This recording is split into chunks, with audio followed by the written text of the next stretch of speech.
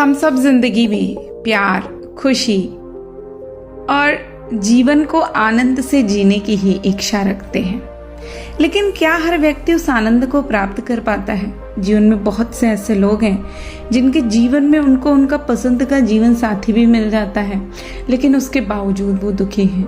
बहुत लोग इसलिए दुखी हैं कि उनके घर में बहुत से झगड़े होते हैं, बहुत सारी परेशानियां उनके जीवन का एक हिस्सा होती है। तो चलिए आज एक कहानी के बारे में बात करते हैं जो आपको बताएगी कि आपकी जिंदगी के सारे झगड़े, सारी परेशानियां कैसे खत्म हो सकती हैं। एक शादीशुदा जोड़ा था। शादी होने के कुछ सालों तक तो सब चीज ठीक रहा, वो बहुत खुश थे। लेकिन जैसे जैसे समय बीतने लगा, इन पति पत्नी के जीवन से खुशियां कम होने लगी और उसकी जगह झगड़े, निराशा, दुख ने ले लिया। पति पत्नी एक दूसरे से बहुत प्रेम करते थे, इसलिए वो चाहते थे कि उनका जीवन फिर से पहले की तरह खुशियों से भर जाए। दोनों अपना जीवन पहले की तरह बनाने के लिए कोशिश करने लगे, लेकिन उनकी लाख कोशिशों के बावजूद उनका जीवन वैसा नहीं हो पा रहा था जैसा वो चाहते थे। जब ज्यादा बड़ा बदलाव नहीं नजर आया तो दोनों ने अपने गुरु के पास जाकर इस समस्या का समाधान पाने का निर्णय लिया। वो अपने गुरु के पास पहुंचे और उन्हें अपनी समस्या के बारे में विस्तार से बताया। उनकी बातें अच्छे से सुनने और समझने के बाद गुरु ने उन्हें एक उपाय देते हुए कहा कि अगर आप दोनों किसी ऐसे जोड़े की खोज कर लो जो संपूर्ण सुख से सुखी है, संपूर्ण रूप से खुश है, तो उसके कपड़े का एक टुकड़ा ले लेना। बस उस एनर्जी को आप जब से अपने पास रखोगे, आपकी जिंदगी का हर चीज बदल जाएगी और जैसा आप चाहोगे आपको वैसा ही जीवन मिलने लगेगा जैसा कि आप चाहते हो। अब पति पत्नी इस उपाय को सुनकर बड़े खुश हो गए। उन्हें लगा इससे अच्छा उपाय तो कोई हो ही नहीं सकता। बड़ा सरल उपाय है, क्योंकि उन्हें तो बस अब एक ऐसे जोड़े की तलाश करनी है और बस उसके बाद एक छोटा सा कपड़ा लेना है और उसके बाद पूरी जिंदगी खुशी से बिना लड़े, बिना किसी समस्या के बीत जाएगी। अब इस जोड़े ने सोचा कि चलो देखते हैं कि सबसे ज्यादा सुखी जोड़ा कौन हो सकता है। तो उनके मन में विचार आता है कि जिस जोड़े के पास धन धान की कमी न हो, वही जोड़ा सबसे ज्यादा सुखी होगा। इसलिए उन्होंने सबसे पहले अपने राजा और रानी के पास जाए और जाकर पूछा कि क्या वो दोनों पूरी तरह से खुश हैं या नहीं। दोनों ने किसी तरह राजा रानी को एक बार उनसे मिलने के लिए राजी कर लिया। जब वो दोनों राजा रानी को मिलने गए तो उन्होंने उनका स्वागत किया और खाने पीने को अच्छे से खिलाया। दोनों राजा रानी के साथ में बैठ गए। तब मौका देखकर उन्होंने राजा रानी से सवाल पूछा कि क्या वो अपने जीवन में पूरी तरह से खुश हैं। राजा रानी ने कहा, हाँ, हम बिल्कुल बहुत खुश हैं। अब राजा रानी का जवाब सुनकर जोड़े को खुशी हुई, लेकिन फिर भी उन्होंने आगे बढ़कर पूछा कि आपकी जिंदगी में कहीं ऐसा तो नहीं कोई भी एक दुख हो जिसकी वजह से आप दुखी हो।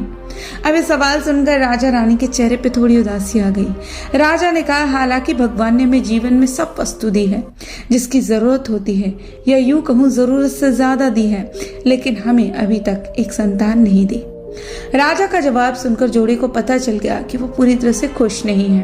अब उन्होंने अपना सफर आगे जारी रखा। उन्हें पता चला कि पास के नगर में एक बड़ा धनी सेठ रहता है।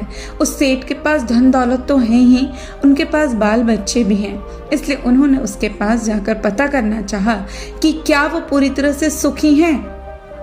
अब उनके घर पर भी एक डेढ़ दिन रहने के बाद जब उन्होंने यही सवाल सेठ और सेठानी से पूछा तो उन्होंने कहा कि सब कुछ होते हुए वो पूरी तरह से सुखी नहीं है, क्योंकि उनके 4-5 बच्चों को संभालने में उनका पूरा वक्त चला जाता है। उन्हें अपने जीवन में बाकी सुख भोगने के लिए समय ही नहीं मिलता।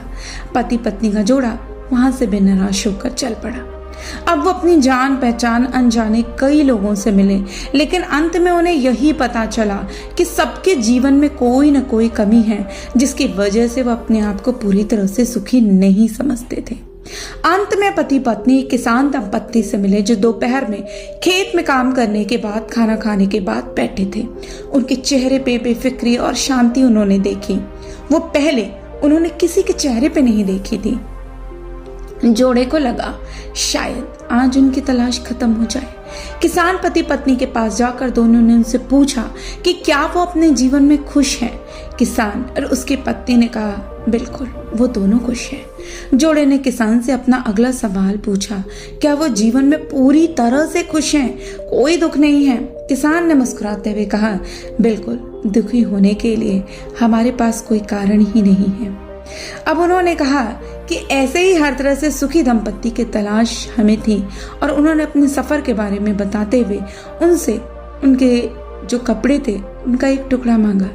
तब किसान थोड़ा चिंतित हो गया और बोला कि अगर उनके पास एक से ज्यादा कपड़े होते तो वो जरूर उन्हें अपना कपड़ा फाड़ के दे देते। अब इसका मतलब था कि किसान भी पूरी तरह से खुश नहीं था, क्योंकि उसको भी चिंता थी कि अगर उसका कपड़ा फट गया तो वो अगले दिन क्या पहनेगा। अब वो दोनों अपनी खोज में पूरी तरह असफल हो चुके और आखिर में उन्हें ये बात समझ में आ गई कि संपूर्ण संसार में कोई भी पूरी तरह सुखी और खुश नहीं है। ये हमारे विचार हैं जो हमें किसी वस्तु को लेकर सुखी या दुखी, सुख या नाखुश रखते हैं। जैसे कि संतान का होना या ना होना, किसी की वजह से दुखी होना, किसी को संतान है वो दुख देती है तो उससे दुखी होना, वो शरारत करती है तो उससे दुखी होना। अनेकों विचार हैं, अनेकों चिंताएं हैं, अनेकों परेशानियां हैं और हर कोई ऐसा है जिसके पास कोई ना कोई दुख जरूर है। किसी को कम धन होना दुखी करता है, किसी को ज्यादा धन, कोई चुरा लेने के डर से दुखी है।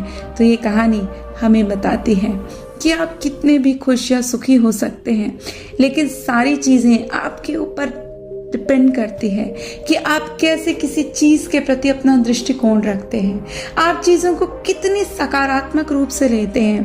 कहते हैं ना कि एक कप खाली भी है और एक कप किसी की नज़र में आधा भरा हुआ है। ये आपके विचार हैं जो आपको सुख और दुख देते हैं। तो आज से ही अपने विचारों पे काम करना शुरू कर दे। निश्चित रूप से आपकी ज़िंदगी के सारे झगड़े और सारे दुख बस इसी दिन से कम हो जाएंगे।